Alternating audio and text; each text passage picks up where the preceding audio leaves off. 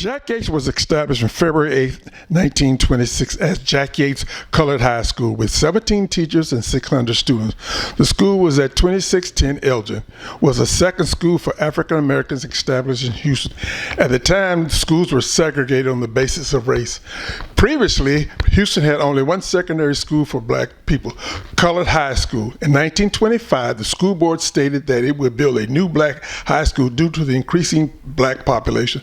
The Houston Informer stated that the schools needed to be named after a prominent black person from the city and or successful black person. The new high school was to be named Jack Yates, a prominent black Houstonian, and original Colored High School was named after Booker T. Washington High School.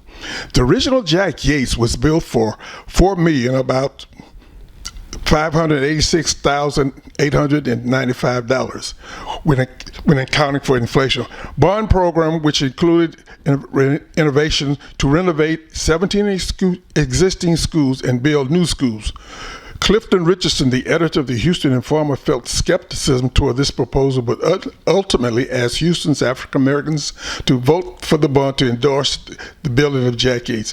In 1925, HISD originally proposed to have the school built, and when accounting for inflation, it would cost over $100,000. But Richardson opposed this plan, prompting the district to revise the bond. The first principal of Jack Yates was James D. Ryan, serving from opening until his death in 1941.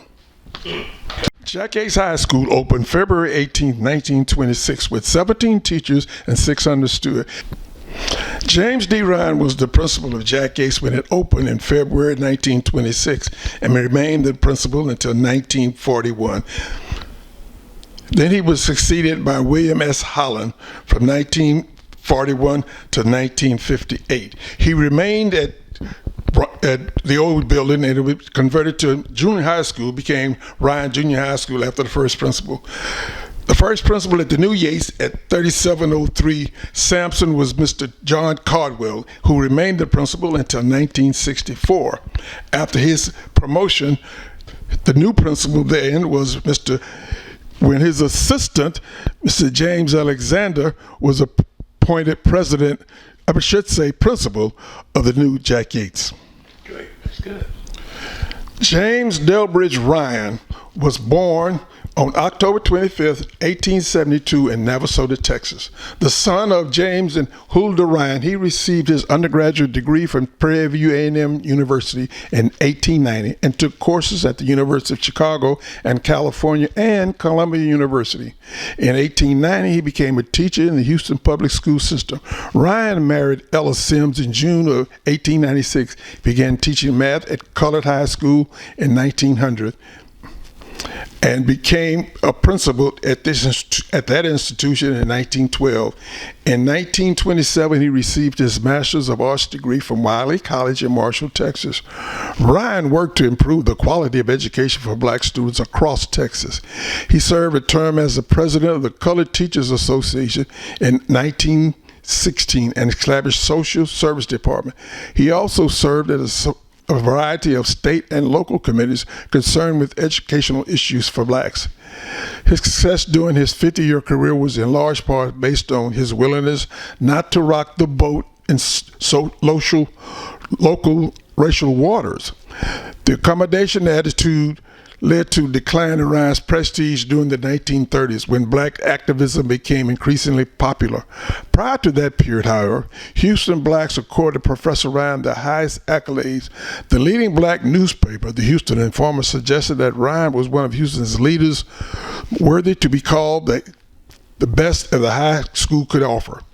Ryan was a member of the Exalted Elks from 1926 to 1934. In November 1926, Ryan and other members of the Omega Phi Psi were recognized during the National Negro Achievement Week as leading contributors to the education of the Negro youth. In 1923, Ryan served with a committee of black educators to petition Austin to legislation to increase the schools for delinquent colored boys under black supervision. He gave the welcoming address at the Colored Funeral Directors and Embalmers Association in Houston in 1923 and 1925. He served on the committee charged with selecting a new principal at Prairie View State for Normal Industrial Institutes. In 1925, he served as chairman of the Citizens Committee that organized the entertainment for the Medical, Dental, and Pharmaceutical Association meeting. In 1927, Ryan chaired the committee to present the first annual pageant depicting African Americans in Houston and milestones. During this time, he prepared a special report concerning teachers' finances for the Colored Teachers Association as part of an effort to draw attention to the defects of this educational system. Ryan's school, Jack Yates, in cooperation with Wiley and Prairie View College, hosted the first summer school for black teachers in 1927. Ryan also served on the board of the Emancipation Park, the Houston Negro Hospital, and Wiley College, and in the Houston Interracial Committee. He also owned an considerable property in the Houston area in rent houses that his family was active in. He died on October 27th on his 55th birthday.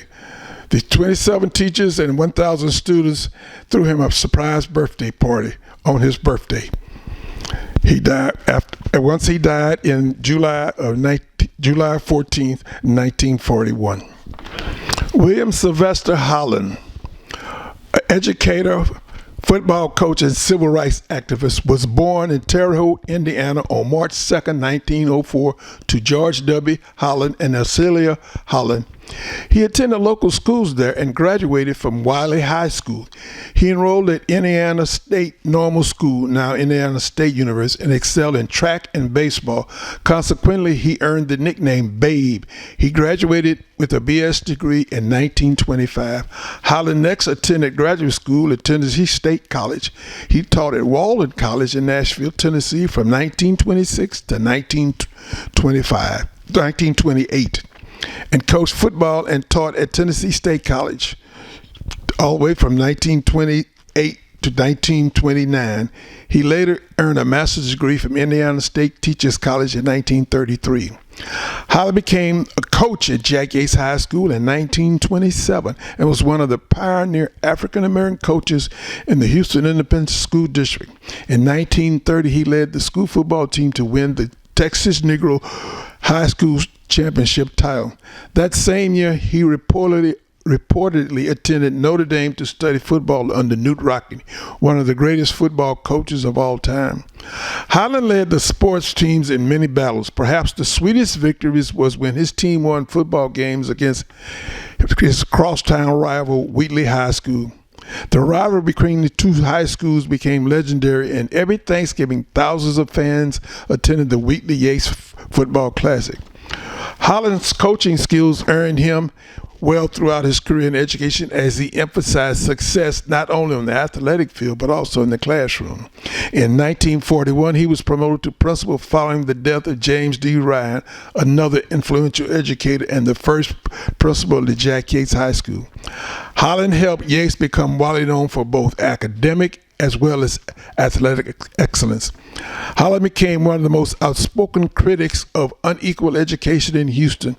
He was in the forefront of a fight to get black teachers pay equal to that of white teachers. He fought for black students to have new books, not hand-me-down books. He fought for them to have supplies equal to that of white students. He even had to fight to get black marching bands at rifle place and parades, not behind the horses whose manure soiled their shiny white shoes and crisp uniforms. Holland's militancy cost him a major promotion. In 1958, when Yates was moved to his new school on 3703 Sampson, Holland was not named principal. This was loudly protested by parents, students, and community activists who picketed the HID administration building.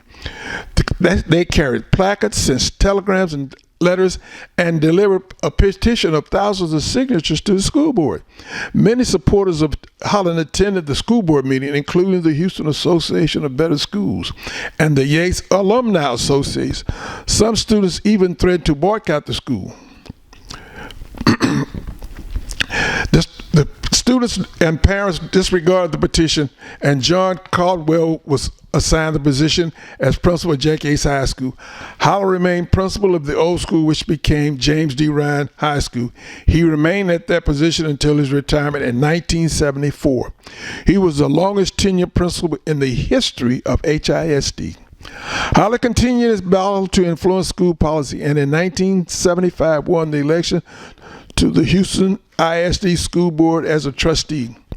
At the end of this term in 1979, his contributions to education were recognized by the William S. Holland Middle School was dedicated in Houston. When Holland died on July 22, 1981, the superintendent of HISD called him the greatest champion of needs and rights for black children. He was buried in Houston Memorial Gardens. He was survived by his wife, daughter, and son. He was a member of the Trinity United Methodist Church Omega Phi Psi fraternity.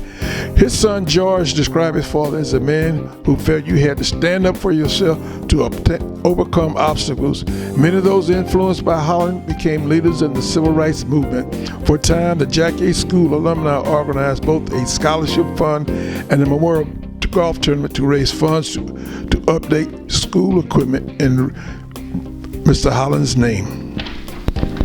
Boy, you